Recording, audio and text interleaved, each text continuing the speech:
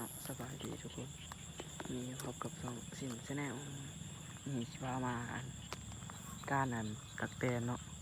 ตักเตนนี่มาเรื่องเลย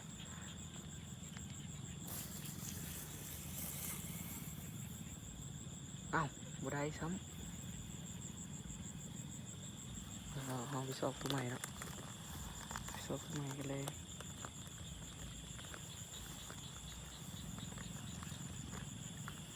ที่คุบปิดพลาดเนาะคุบปิดพลาดทางงานเทคโนโลยีเนาะ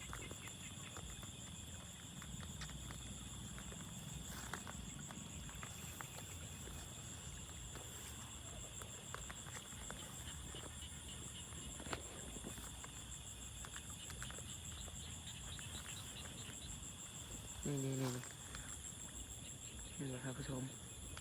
แล้วคนจับมันให้ได้ตัวเล็กเนาะ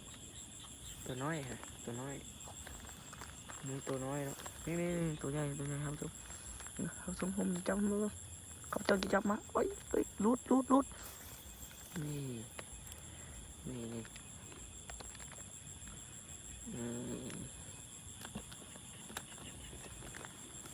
ก็จะได้อาหารของเราแล้วเราก็เดินไปเรื่อยย่างไปเรื่อยนะซอกไปเรื่อยซอกไปด้วยโอ้โหท่านผู้ชมดูดิดูนี่นะครับท่านผู้ชมดูนะผมจะจับมันท่านผู้ชมไซส์สวย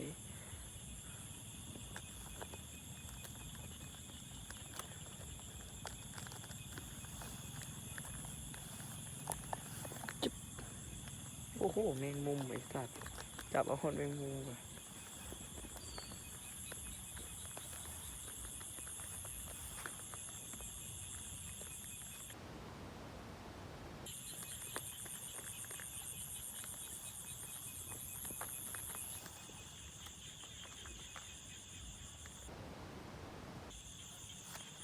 จะต้องย่างสอบตลอดเนาะบ่เห็นละไปใส่เบ็ดปะ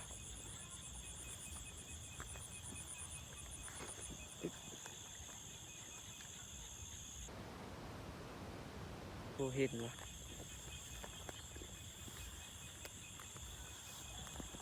โอ้ท่านผู้ชมแมงอะไรเนี่ย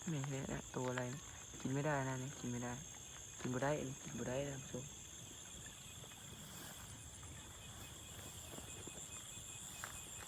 ไงท่านผู้ชม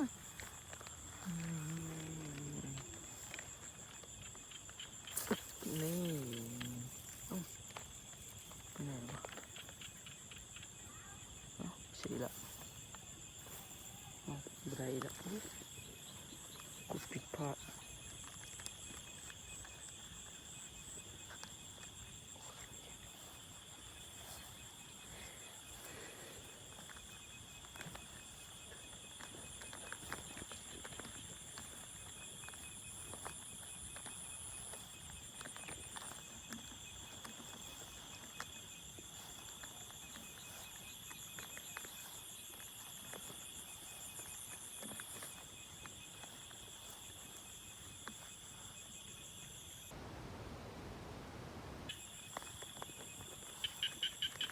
นี่เราเจอแล้ว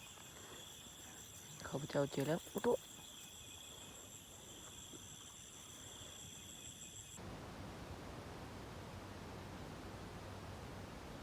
หลุดอีกแล้วครับผู้ชมตัวนี้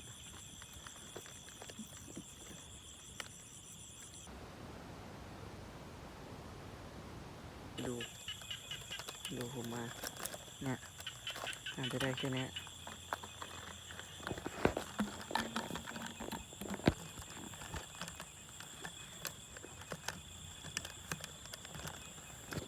ก็ติดตามไปเรื่อยๆเราไปพร้อมกันนะเนี่ยเราเจอตัวหนึ่งเห็นไหมเนี่ยเห็นไหมปึ๊บเนี่ยมันก็ใส่ตุกแล้วนะกระป๋องกระตุก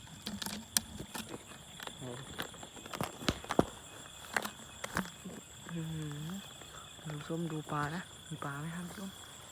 ท่านผู้ชมโอ้โหท่านผู้ชมว่าเราจะมาเสือเบ็ดมาเสือซ่อนได้เปล่าได้ไหม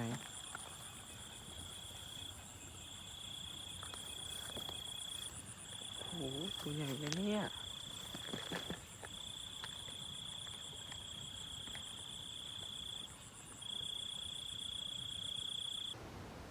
เอ้ย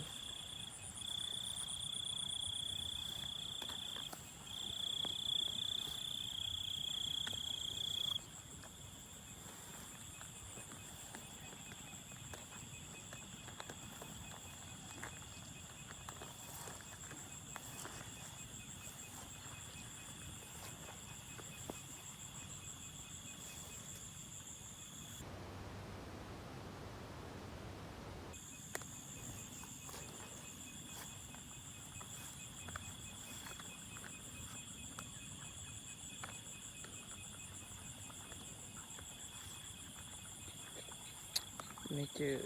บ่เห็นเลยปะบ่เห็นไม่เห็นเลยนี่น่าจะบ่มีนี่บ่เห็นนี่บ่มีนี่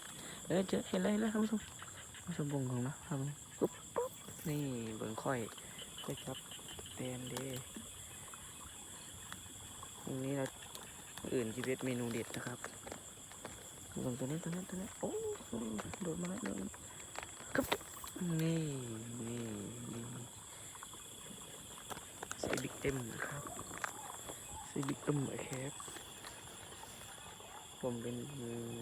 เด็กบ้านนอกคนลาวคนหนึ่งที่อยู่บ้านนอกผมก็ต้องทำอย่างเงี้ยแหละชีวิตหลุดไปใส่วะบินละแดกดากเลยตัวนี้โอ้ลบโอ้ได้อยู่ทุกเล่นมาทำชมเล่น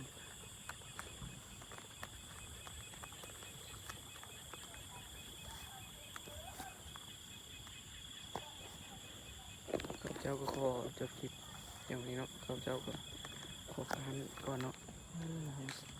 น่าจะมาสื่อนะเนาะเอาส่งเสือรอบนะเสือซ่อนน่าจะได้นะเสือซ่อนน่าจะได้นะผมว่านะค่อยว่านะนี่ปิดท้ายไปด้วยตัวนี้นะเดี๋ยวผมจะจับตัวนี้ดูนี่ขอลาไปก่อนนะครับบ๊ายบายฝากติดตามช่องสินแนลไว้เด้ออย่าลืมกดไลค์กดแชร์ติดตามกดกระดิ่งเลยเด้อผู้พาคลิปใหม่ๆจากสินคุณให้สินเฮ็ดคลิปอย่างคอมเมนต์ได้เลยบาย